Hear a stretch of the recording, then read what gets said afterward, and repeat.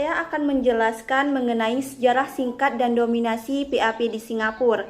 People Action Party didirikan pada tahun 1954 oleh sekelompok aktivis mahasiswa yang berbasis di London yang menentang pemerintahan koloni di Malaya pada tahun 1940 sampai 1950 dan sekelompok warga Singapura yang berkomitmen untuk meningkatkan kesejahteraan rakyat.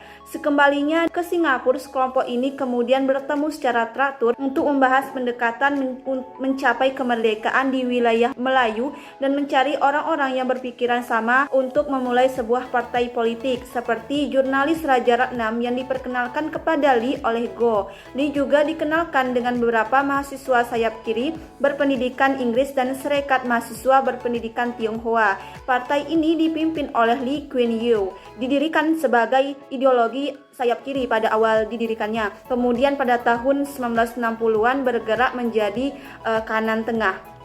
Dominasinya sangat mendominasi sejak didirikan partai tersebut, di mana walaupun ada pihak oposisi dalam pemilu tersebut tapi mengalami kesulitan untuk mengungguli PAP.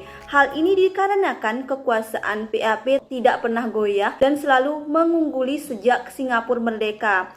PAP bahkan sebagai satu organisasi politik yang telah mengakar dan mendarah daging dalam tatanan masyarakat maupun sistem tata kelola pemerintahnya.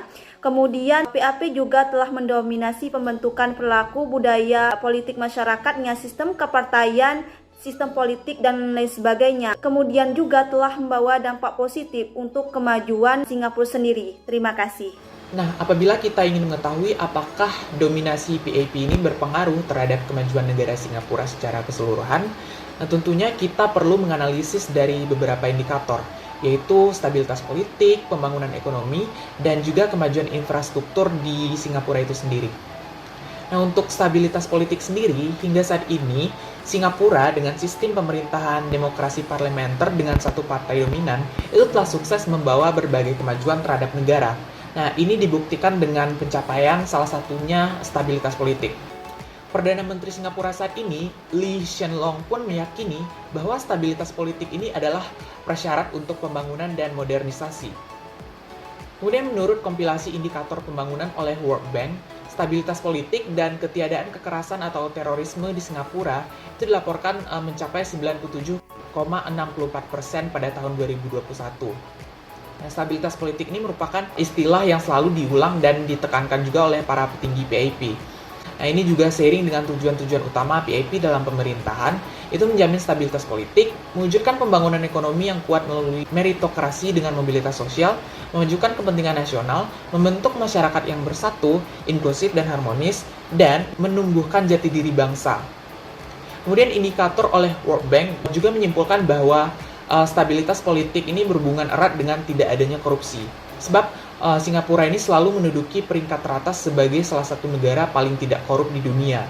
Dalam Corruption Perception Index tahun 2021 yang dibuat oleh International Transparency, Singapura ini bersama Swedia dan Norwegia berada di peringkat keempat dari 180 negara dengan skor 85. Stabilitas politik Singapura ini juga tak terlepas dari sistem kaderisasi dan meritokrasi. Untuk kaderisasi itu dimulai dari dunia pendidikan, di mana lulusan ataupun sarjana yang outstanding itu dibina dan dipantau hingga perguruan tinggi di dalam dan di luar negeri. Setelah itu, selain bekerja di instansi pemerintah, mereka ini juga berkiprah di perusahaan swasta. Di samping itu, sistem meritokrasi juga diterapkan oleh pemerintah saat mempekerjakan karyawan, yaitu dengan mengutamakan kemampuan daripada koneksi politik atau nepotisme seperti itu. Saya akan menjelaskan mengenai indikator ekonomi dalam melihat dominasi PAP dalam memajukan Singapura. Jadi dominasi PAP dalam memajukan Singapura ini tidak terlepas dari peran Lee Kuan Yew sebagai Sekretaris Jenderal partai ini selama 40 tahun sejak partai tersebut berdiri. Lee Kuan Yew juga tercatat sebagai Perdana Menteri dengan masa jabatan terlama dan telah memenangkan sebanyak 7 pemilu di Singapura. Jadi dalam masa jabatan Lee Kuan Yew ini, Singapura berjalan menuju masa kejayaan. Awalnya Singapura ini terpuruk dalam ekonominya karena saat kolonial Inggris meninggalkan Singapura, banyak lapangan pekerjaan yang hilang atau banyaknya masyarakat yang kehilangan lapangan pekerjaannya, sehingga Singapura harus berjuang untuk mencari mata pencaharian yang lain untuk menutupi atau menghidupi masyarakatnya. Jadi Lee Kuan Yew ini dalam memperbaiki ekonomi Singapura tidak hanya memperbaiki langsung pada ekonominya, melainkan langsung ke titik atau kayak mendasar, diperbaiki dari sikap-sikap masyarakat Singapura dan untuk meningkatkan stabilitas ekonomi dan keamanan serta politik Singapura, sehingga nantinya investor asing itu nyaman masuk ke Singapura. Salah satu gebrakan Lee Kuan Yew dalam memperbaiki ekonomi Singapura itu adalah gerakannya, yaitu kayak pemerintahan yang anti korupsi, di mana hal ini sangat terbukti jelas dari data Transparency International mengenai indeks korupsi dunia pada tahun 2014, di mana akhirnya Singapura berhasil dengan menjadi negara dengan indeks ekonomi paling bersih di Asia. Setelah masa jabatannya, Lee Kuan Yew meninggalkan jabatannya dengan GDP Singapura sebanyak 14.000 US dollar. Dari rentang tahun 1966 ke 2013, GDP Singapura telah tumbuh 15 kali lipat atau 3 kali lipat lebih cepat daripada Amerika Serikat. Salah satu yang membuat Singapura ini bangkit adalah di mana Lee Kuan Yew itu berhasil untuk meningkatkan perusahaan-perusahaan Singapura sehingga dapat bersaing dengan perusahaan swasta di Singapura. Contohnya adalah perusahaan bernama Temasek yang telah mengendalikan sejumlah modal bank sampai perusahaan konduktor di Singapura. Halo semua, namaku Samita Wildamira akan menjelaskan tentang infrastruktur. Pembangunan infrastruktur di Singapura unggul akan teknologi dan sarana transportasi. Keberhasilan dalam pembangunan infrastrukturnya dapat dilihat dari pembangunan fisik dan non-fisik.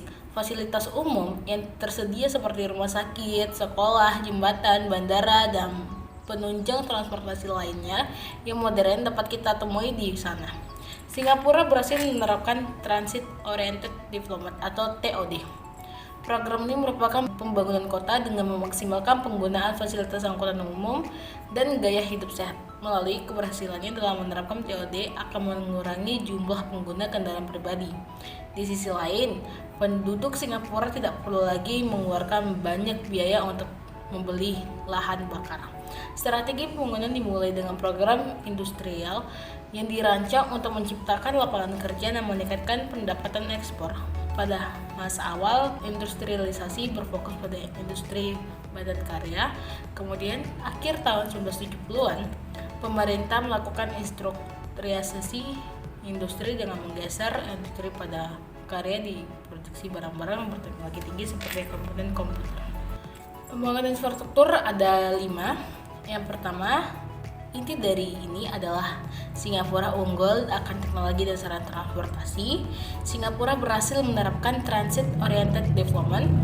Yang ketiga, pada tanggal 1 Februari 1960, Singapura membentuk The Housing and Development Board untuk mengatasi permasalahan krisis perumahan.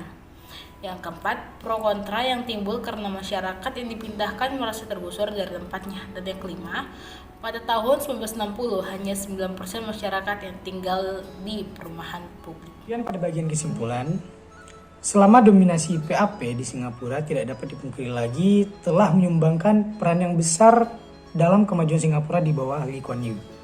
PAP tidak pernah goyah dan selalu mengungguli sejak Singapura merdeka. PAP sudah menjadi salah satu organisasi politik yang mengakar dan mendarah daging di dalam tatanan masyarakat maupun sistem tata kelola pemerintahan. PAP memiliki tujuan utama dalam pemerintahannya, yaitu menjamin stabilitas politik, mewujudkan pembangunan ekonomi yang kuat melalui meritokrasi dengan mobilitas sosial, memajukan kepentingan nasional, membentuk masyarakat yang bersatu, inklusif, dan harmonis, serta menumbuhkan jati diri bangsa. Kemudian selama dominasi PAP di Singapura, partai ini telah memperlihatkan kemajuan yang pesat dan bisa dilihat melalui beberapa indikator, di antaranya ada indikator stabilitas politik oleh World Bank Group yang menyimpulkan bahwa stabilitas politik berhubungan erat dengan tidak adanya korupsi. Singapura selalu menduduki peringkat teratas sebagai salah satu negara paling tidak korup di dunia. Stabilitas politik Singapura juga tak terlepas dari sistem kaderisasi dan meritokrasi.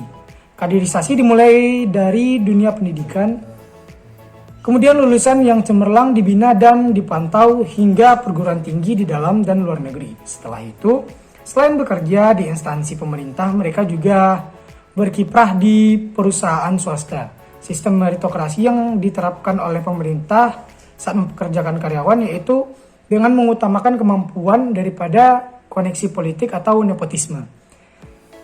Kemudian indikator ekonomi yang terlihat selama hampir 40 tahun sejak partai tersebut berdiri, Lee Kuan Yew berhasil membawa Singapura dari label negara berkembang menjadi salah satu negara kecil dengan perekonomian yang maju.